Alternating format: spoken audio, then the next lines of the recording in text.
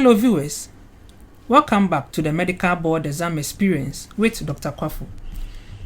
Dr. Zahira Riswana Rahman is an Indian who had her medical education at the Chattihan Health and Research Institute in India. She graduated in the year 2017. After her graduation, she practiced in India for a while, and then she decided to practice in the United Kingdom. And so she started the PLAB 1 journey. As we were informed in our previous videos, to be eligible to take the PLAB exams, you need to pass either the OET exams or the IELTS exams. Both are English exams. Dr. Riswana decided to take the IELTS exams. Unfortunately, she failed. She then decided to take the OET exams, which she passed. She went ahead to take the PLAB 1 exams and she passed as well. Today she has joined us to share with us why she failed the IELTS exams and how she prepared and passed both the OET and the PLAB 1 exams. Let us join Dr. Riswana in our discussion room. Thank you. Viewers, on this channel, I interview doctors who have successfully passed or failed any medical board exams to share their exam preparation experience with us and with all those preparing to write theirs. I encourage anyone watching me at this moment to kindly subscribe to this channel and also recommend this channel to any medical student or medical doctor who is preparing to write the board exams of any country. If you have experience with the board exams of any country and would like to share with us, kindly reach out to me on my Facebook page, Instagram, or leave a comment at the comment section under this video and I'll keep in touch. Welcome, Dr. Riswana. So my first question is, did you take the PLAB exams in school or after you completed your medical education? Hi, I did my PLAB exam after graduating from medical school.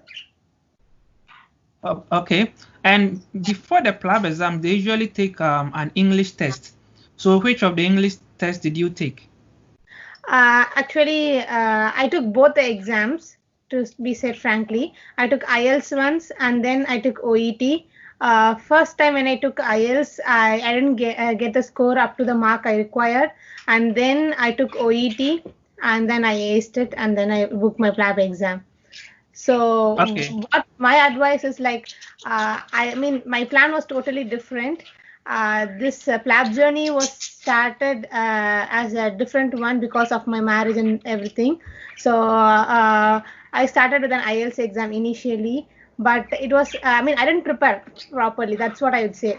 I thought it would be an easy exam, and I did not take it as seriously as like a PLAB exam or anything like that. So I didn't give much attention to it. I didn't score properly. So I took IELTS in London, and then I didn't score properly, and then I went to India for my visa process and everything.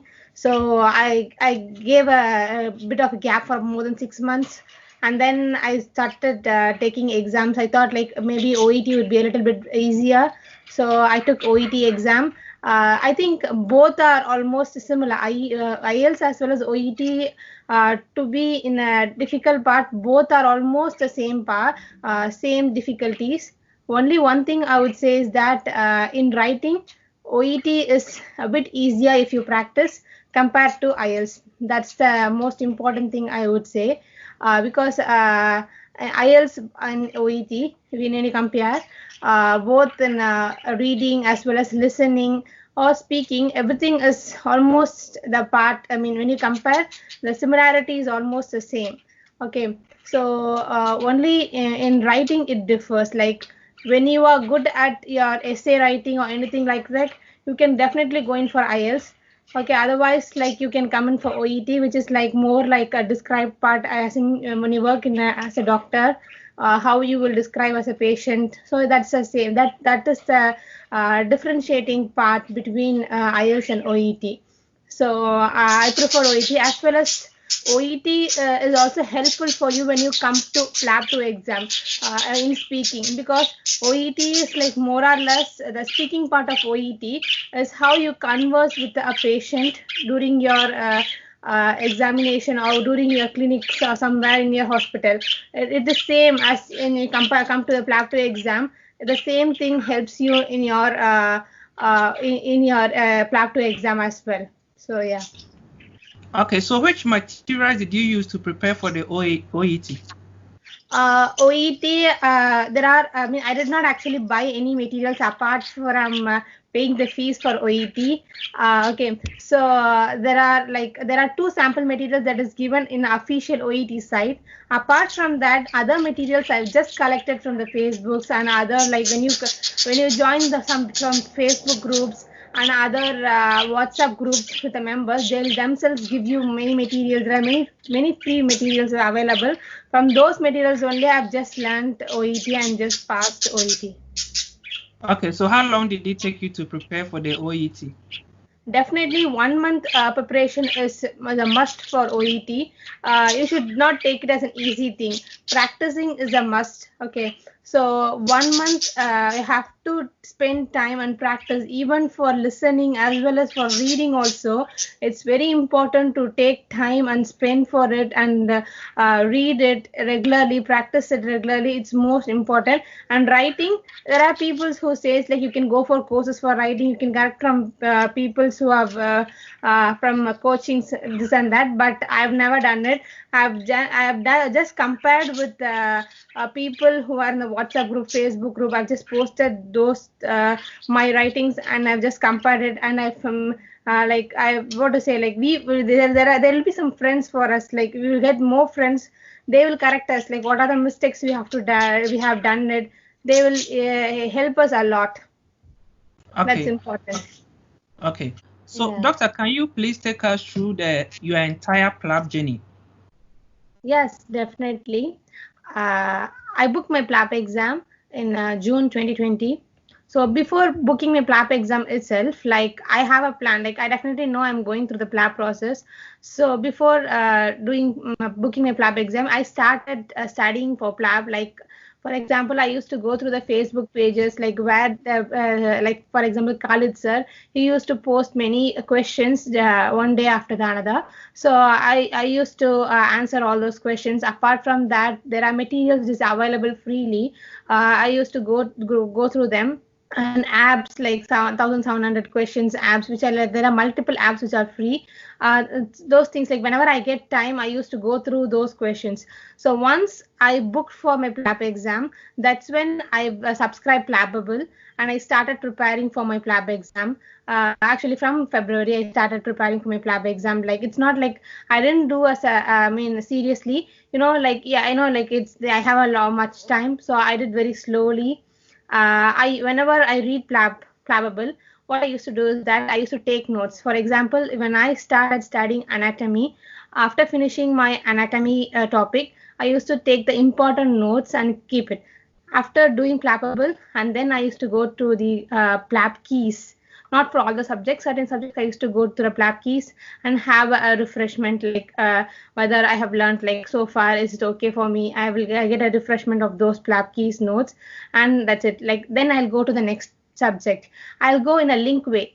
For example, if I finish like anatomy and then I'll go to the ortho, I think both are like linked one. And then if I go with urology, then I'll go with nephrology.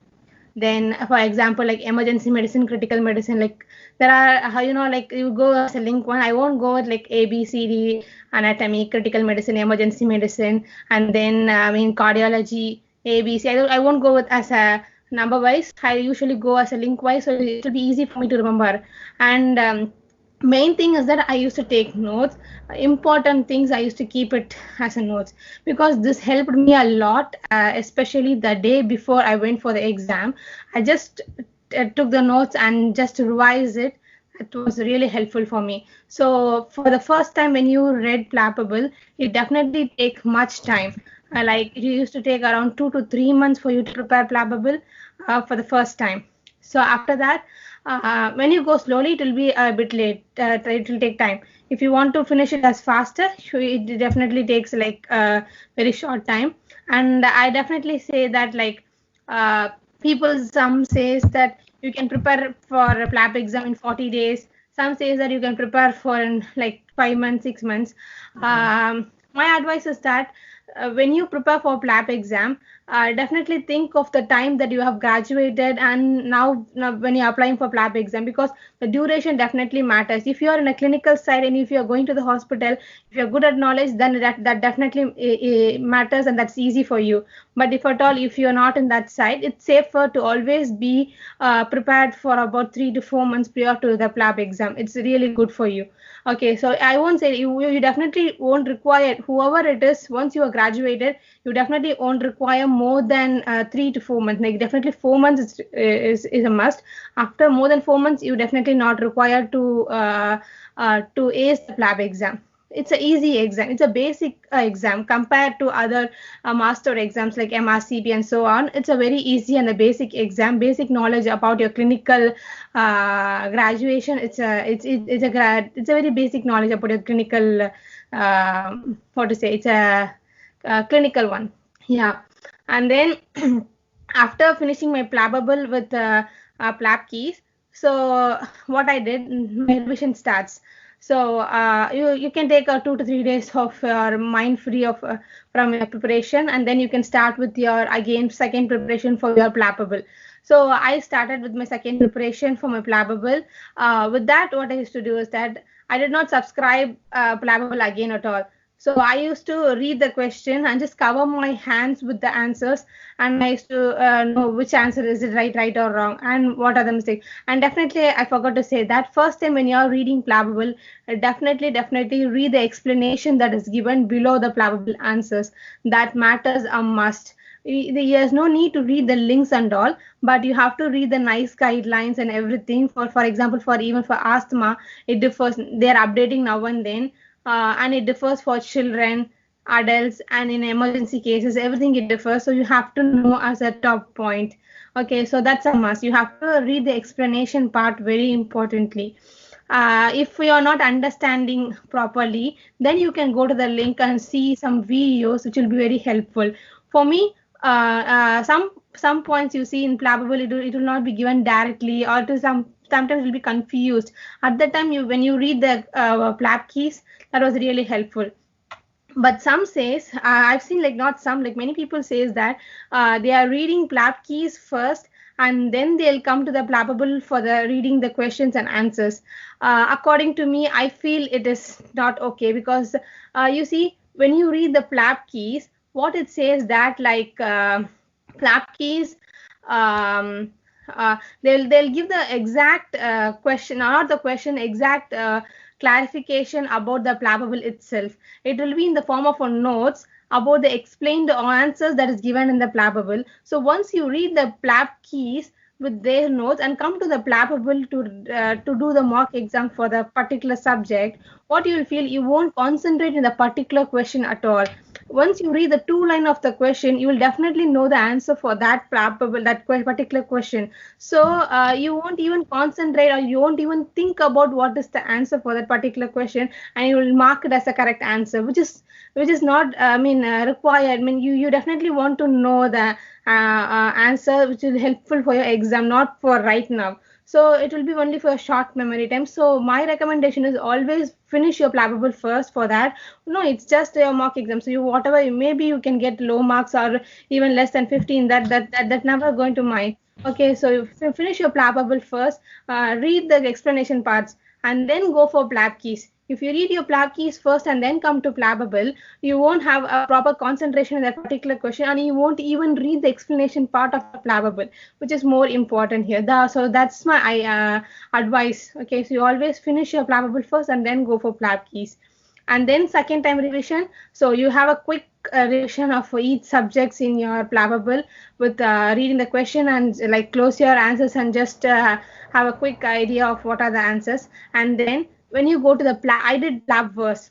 So PLAB verse is like for each subject you will have just 2 to 3 pages, like it is as a quiz type, like it's a one line defined answer for each subject, it will be there. So most probably when you compare to a big subjects like neurology, for that and all, you'll just have 10 pages finally. So you will have a quick revision of about what you have learned. When you Okay, compare to okay, PLAB keys, doctor. For the sake of those who are new to the PLAB journey, what is the difference between the PLABable and the PLAB keys? PLABable and PLAB keys. See, PLABable is definitely a mock exam. Like you are It's like identifying your assessment questions. yeah, assessment questions. Along with that, for each assessment question, they'll give you an explanation for each Okay, question. But okay, in PLAB keys, it is just a brief explanation of the particular topics. As per okay, like okay, in PLABable, the explanation part will be given separately in PLAB keys. There won't be any mock exam, many mock questions in PLAB keys. okay, okay. Yeah. Yeah, you can Yeah. continue, doctor. Yeah. So second time when I read Plabbable, along with that I did Plab verse. So it was quite easy for me to get a revision of that one. And then the last 1 month is very crucial time. So I'll go with the last 1 month. So I read like the Plabbable and the Plab verse, and then I did my mock exam in Plabbables. So what I did is that all the 12 mock in Plabbable I did every day one mock exam. It's very important to do your mock exam in Plabbable because you'll identify your mistakes and everything. You'll come to know like what are the points I have missed, especially in compared to drugs. You first time when you read, you won't have a proper idea of what drugs you're reading or anything like that. So only when you learn for the second time, you have some idea. And once you do your mock exam, it helps you in identifying your mistakes as well as in remembering those points. That's most important. And you should not, I mean, mock exam is helpful in two ways. One way is like once you finish your mock exam, you definitely have to review those answers, like what are the mistakes you have done, why this mistakes I have done, these mistakes what I have to correct it. So sometimes you will definitely do a blunter mistake, especially the known answers will be marked as wrong. And the second is the time management. The mock exams will really help you in your time management. I always keep time because I heard from my seniors and all, they say is that they say me that like it's very hard to keep up your timing because of 180 questions and 180 minutes. It's hard for you at the time. So what I did that doing my mock exam itself, I kept like for half an hour. I have for 30 minutes, I have to finish at least 45 questions, or for 40 to 50 questions, I'll keep it as a range. So I'll always keep it in a high range so that, in your exams during your stress, you can't keep it up to the point. You will definitely will reduce. So you have to speed up. This mock exam really helped me in keeping up my time during my exam. So these two are most important during your revision time. And then finally, the day before, as I've said, I took the notes and I've just surfed what are the points. And during my second revision itself, what I did, I took like if I'm writing for neurology, like last 2 days before my exam, what should I read in neurology? Definitely, I'll take a point neurology. I'll put hyphen. I kept like you have to see the Glasgow Coma scale. And then in emergency medicine, for example, you have to keep up the blood volume points. You have to know it like depending upon the PP, what is the blood volume he has lost it. And then for pediatrics Abga score, then chart development, growth development, and so on. For each subject, you definitely have to keep a point, like what point you have to know at the last minute, so that when you compare to the last minute, come back to the last minute, these will help you in revising. That's important. Okay, so the probable questions, are they similar to the main exam questions? Yeah, they are similar to the main exam question, but they are not exactly the same question. You will find the same pattern that is asked in the flappable, but they are not exactly the same.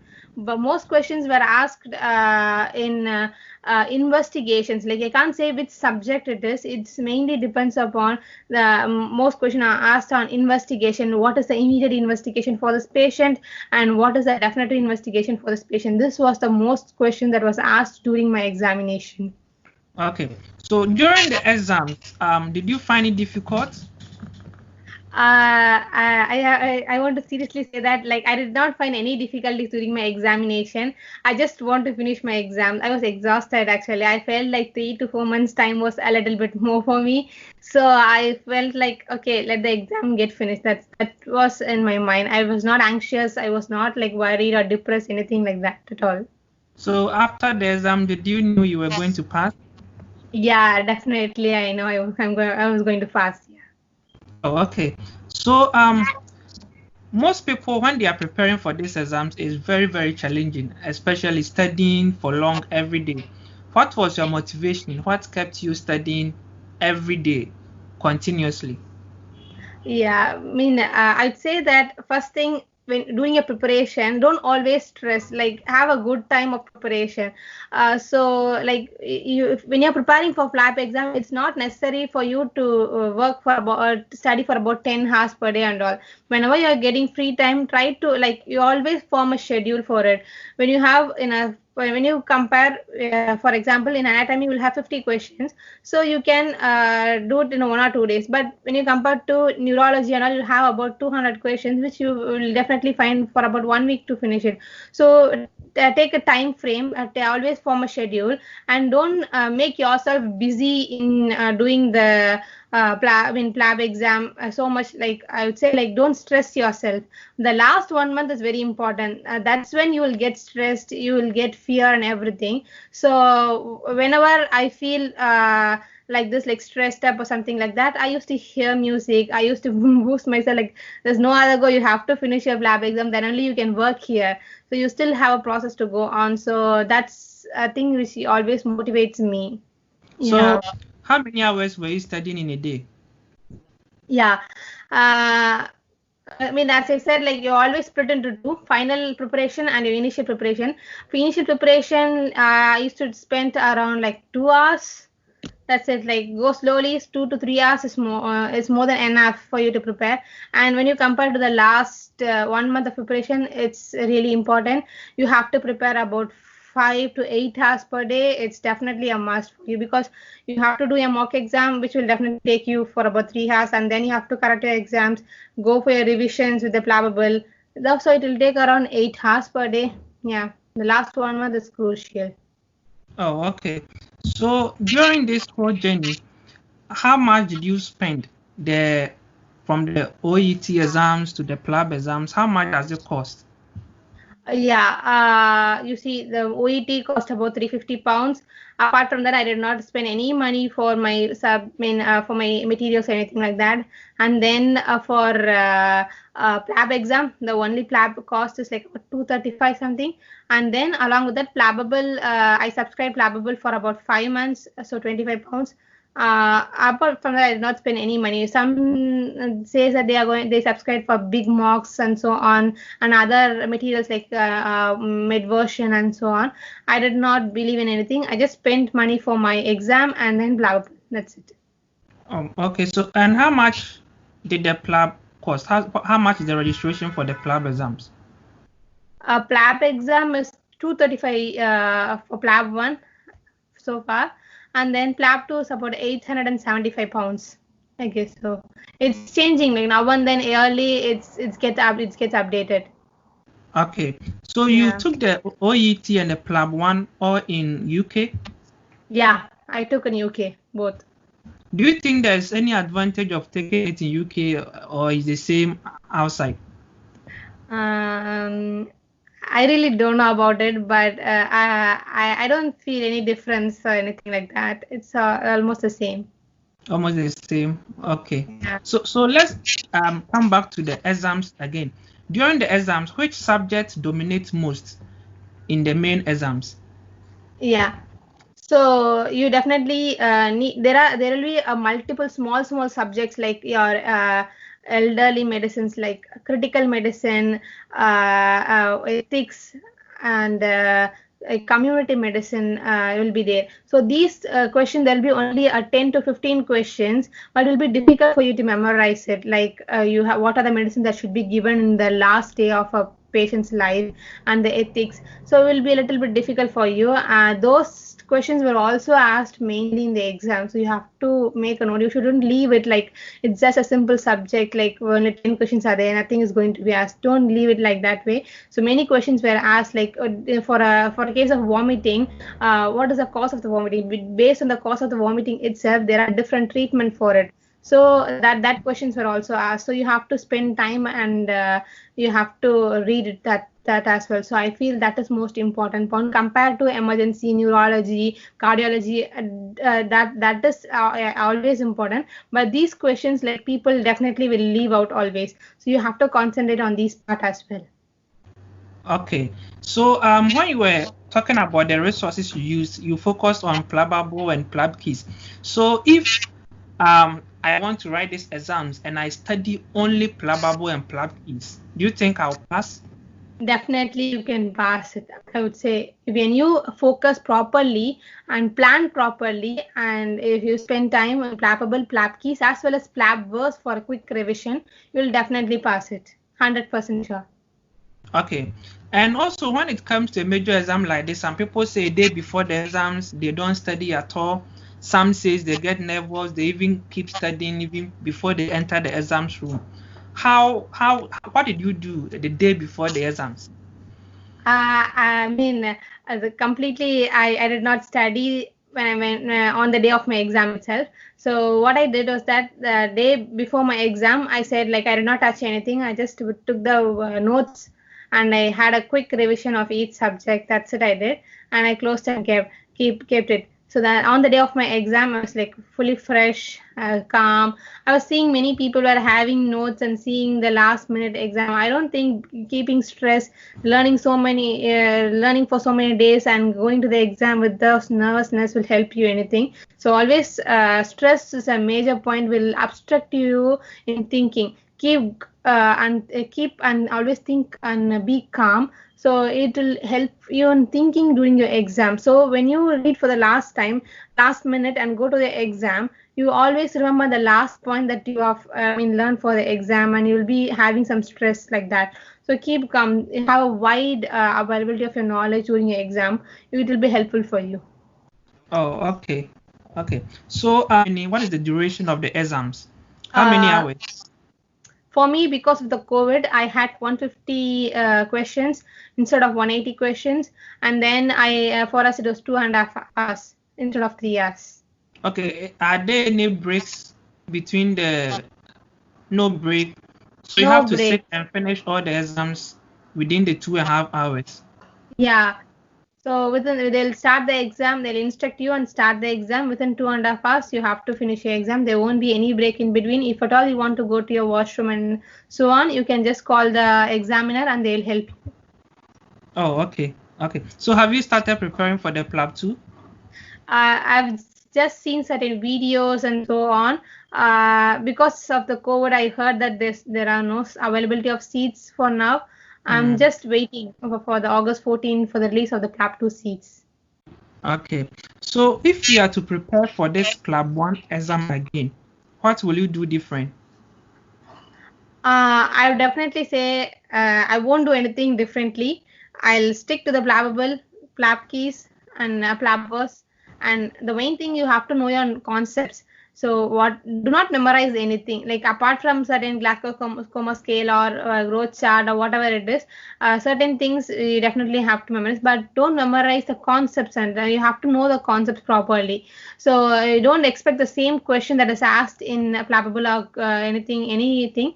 Don't always stick to the same question. They won't ask the same question. This question will be similar. So know the concepts. So I always stick to the concepts. So nothing, I won't change anything. Oh, okay. So if someone is preparing to write these exams, what advice do you have for that person? Yeah, that's a good question. Actually, now I've seen so many people who have been planning for PLAB exam before even trying for the English exam. So for those people, concentrate in English exam and ace it. Okay, so apart from that, when you're trying for the PLAB exam, split into two: before booking PLAB exam and after booking PLAB exam. So before booking a PLAB exam, try to know like what type of questions they will ask, and what kind of how it will be. So there are many free materials, as I've said before. You can go through it till your book your exams. So once you book your exams, then you can subscribe Plabable, and then PLAB keys and all. There are many offline versions. You can get a link from your particular groups. So those will really help you. So after booking your PLAB exam, subscribe Plabable, PLAB keys, and PLAB verse, and you can read it.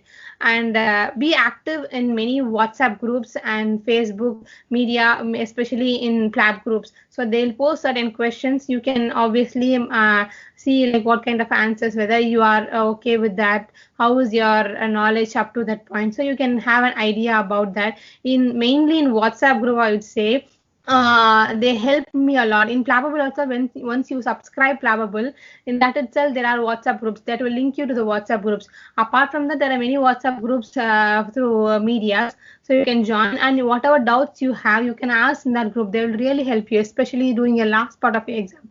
And when I was preparing genetics, to be said frankly, I wasn't sure. I was so confused of certain how this ratio comes and how this helps. So when I asked in the group, they helped me. Until now, it was really helpful for me. Like I've teached to some of my friends like how this is going on, how this works.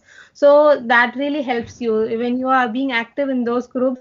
Will help you a lot. Apart from that, there are like other Samson, Swami mocks. You can also, if you have time, you can just go through those mocks. I've just done one or two because I don't have time at the last minute, so I've just stick to the Plabable, Plab keys, and Plabverse. That's it.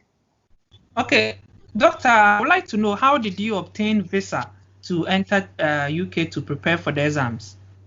Actually, I've entered India. I entered UK through my spouse visa because of my husband. I've married to him.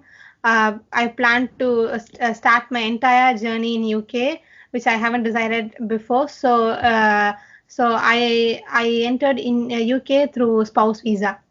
Yeah. Oh, okay. So your husband was in UK and he did the visa process for you. Yeah, he did the visa process for me, and the entire visa process he did for me. Okay, Doctor, thank you very much, and we wish you all the best in the PLAB 2 preparation. Thank you. And we are looking forward to have you here again, so you share your experience about the PLAB 2. Thank you Definitely. very, very much.